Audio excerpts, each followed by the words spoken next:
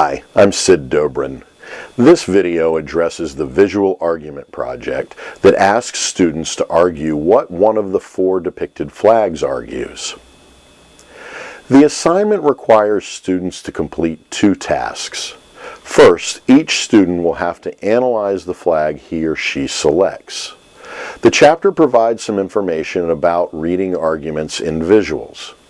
What I try to emphasize with students is the ways that we, as readers, impose meaning on a visual like a flag. Thus, I want students to be able to express a more critical form of analysis in which they explain why and how the flag conveys what the students claim it depicts. That is, I want students to understand that they can't simply say, "This flag means this because it means this." I encourage them to avoid the circular argument. One way that I encourage students to avoid this fallacy and to make their own claims about the flag's meanings is to have them conduct research about the history of the flag and how the flag has been used. This allows me to talk with students about how the cultural situation in which the flag is used affects the meanings we read into the flag. That is, I want them to understand that any argument we derive from any of the flags is an argument we have imposed upon the flag and have circulated as a cultural visual literacy as to what the flag inherently means. Second, I want students to relate their research and understanding about the flag's claim by making a claim of their own about the flag's meaning. This assignment then asks students to argue that the selected flag makes a specific argument.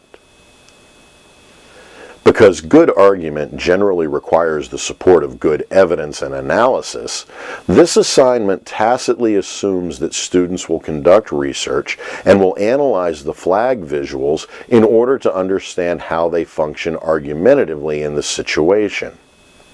When I talk with students about the assignment, I also ask them to think about whether or not it would be more effective for them to use images of the flag to show the audience specific parts of the flag or to describe the flag as they talk about it.